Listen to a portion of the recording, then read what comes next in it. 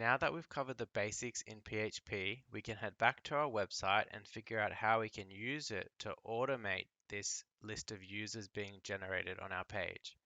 At the moment, if we look at the source code for our website, we'll see that each of the users has a separate div tag that we've had to copy and paste manually. We're going to learn how we can get PHP to loop through all of the users and spit out a different chunk of the page for each user. Now you'll notice that when we were testing PHP using this file, we had our echo hello written inside of PHP tags at the top, and that reproduced the hello at the top of the page. Now, we didn't necessarily have to put this PHP tag here. We could have put it anywhere on our website. So for example, I could have taken this hello and I could have put it in our heading down here. Now what PHP will do is when it loads the file, it'll look for every single PHP tag, it'll compile and execute the code, and just place the output in the position of this PHP tag. So here what's going to happen is after this code's executed, it's going to just leave a hello there. Let's have a look. I'll save the code, refresh the page, and you can see now it says simple site hello. So we have our PHP embedded inside of our HTML. Now what we can do is we could take that and use it over here to automatically generate this list of users. Now you'll notice that each of these users has almost exactly the same HTML code here. So for example, we could just take one of these and instead of calling it user1, we could call it maybe user I. And we could use a PHP loop to loop through a certain number of users and just reproduce this whole chunk of HTML just with a different number for I. Now we have to be very careful how we do this because if we want to execute PHP, we need it to be written inside of PHP tags. At the moment, this I, this $I, it's not written inside of any PHP tags. So what's going to happen is when the web server tries to load the page, PHP will look for all the PHP tags, it won't find any, and it'll just treat this as a $I, not as a PHP variable. Let's quickly have a look at what happens. You can see here that it just says user $I. And again, that's because we didn't put any PHP tags around it and we didn't define I. So what we want to do is we want to do a PHP loop and then echo inside of some PHP tags, echo the value of I. Okay, now before I can echo I, first I need to define it. So what I'll do is before my user div here, I'm going to write some PHP so that I do a for loop. And I'll start my I at 1 for user 1 and we'll go all the way up to user 4. So there'll be 4 users in total. And what I'll also do inside of this PHP tag is I'll open the for loop, but I'll also shut the PHP tag. Because what we need to happen is we need this for loop to repeat these divs 4 times. And the way we could do that is we just shut the for loop after the div is ended. So we'll do another PHP tag afterwards, and I put a closing curly bracket there to close the for loop, and then we can shut the final PHP tag. So you can see that this for loop surrounds all of the user div here. And inside of the user div, we could have another PHP tag which echoes whatever the value of I is. So what's going to happen is that this chunk of HTML is going to be reproduced 4 times, and each time it's reproduced, a different value of I is placed inside of it.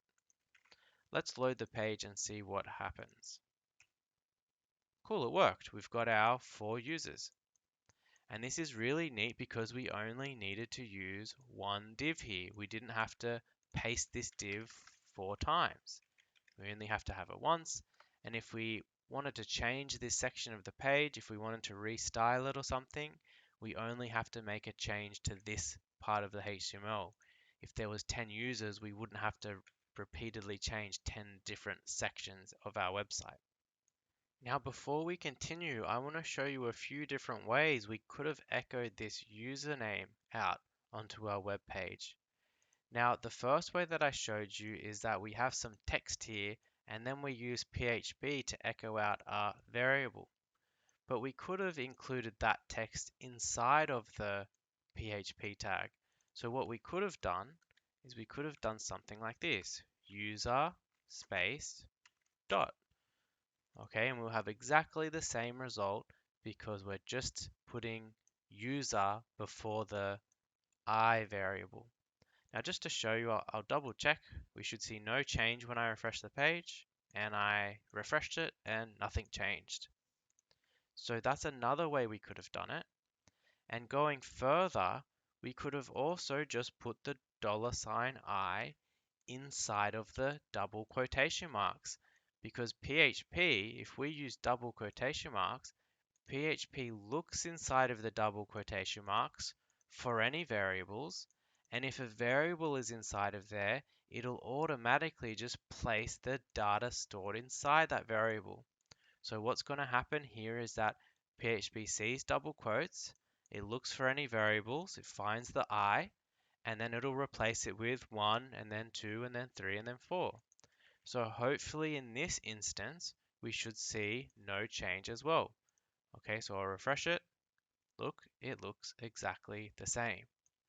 Now I just wanted to show you this because it's very important that you understand the difference between double quotation marks in PHP and single quotation marks.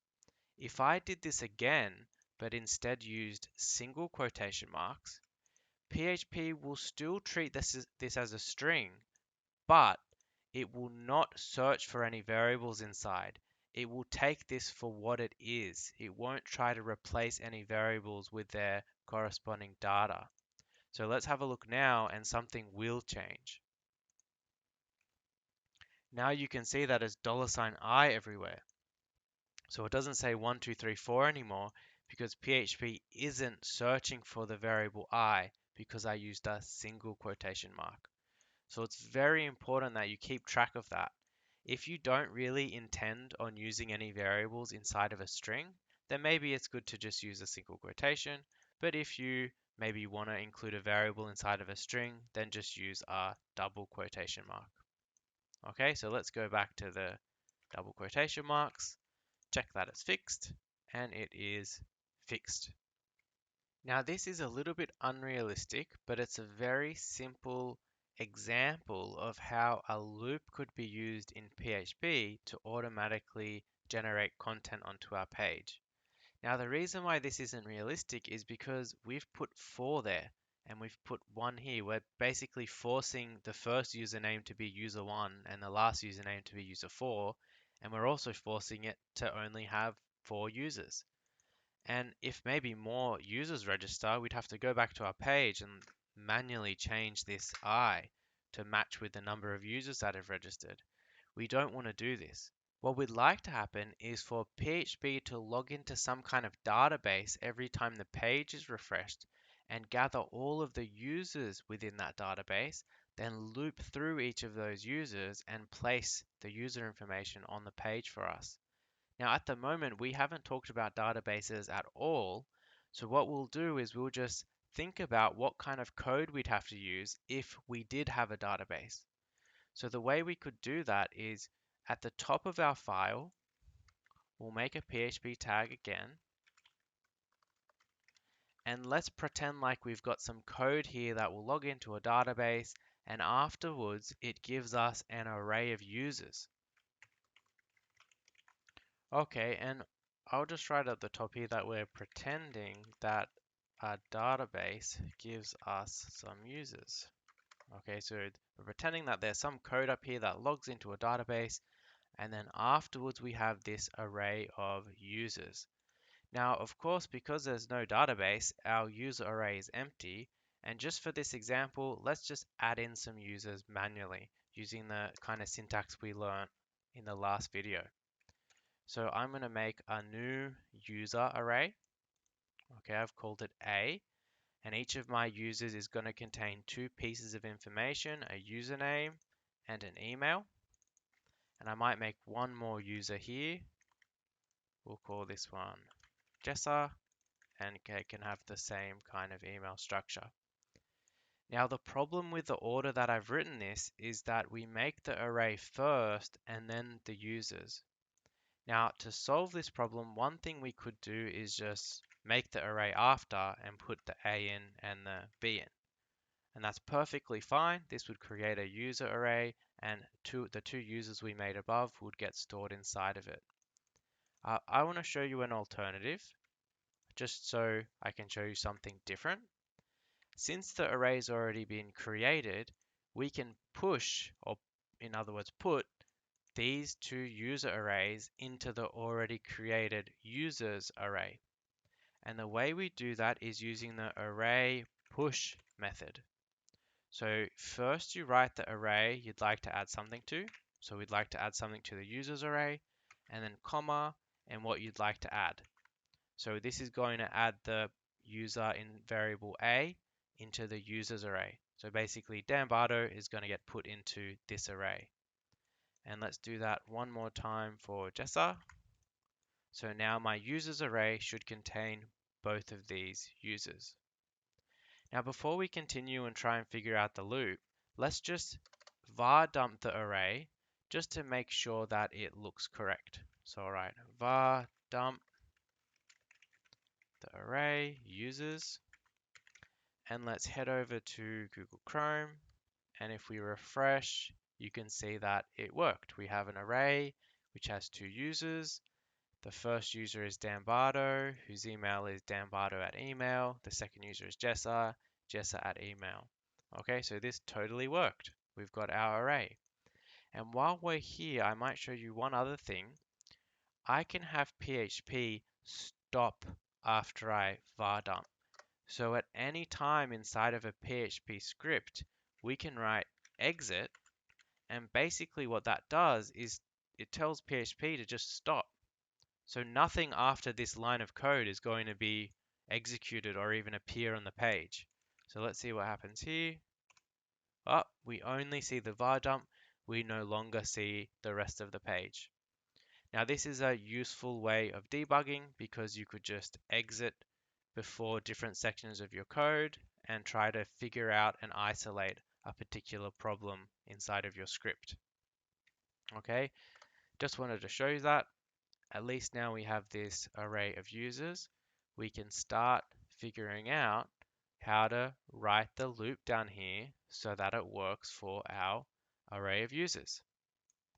Now I'm going to use a for each loop, for each, and remember the syntax is first you write down the array, users, then you write as, and then value. And that'll basically tell you the value of what's inside of the array. Now, in this case, the value of each entry in the array is a user. So instead of the word value, what I'm going to write is user. So we're going through each of the users in the user array, and we're using the word user to represent each of the individual users.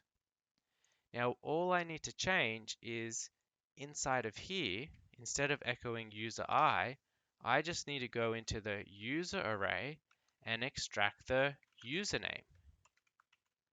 So this should show me the username of each of the users instead of user 1, user 2, user 3. Let's have a look at what happens. There you go, Dan Bardo, Jessa. If we wanted to make it a little bit fancier, we could say do the username, then do a BR, and then we could have it give us the email as well. So we can see the username and their email.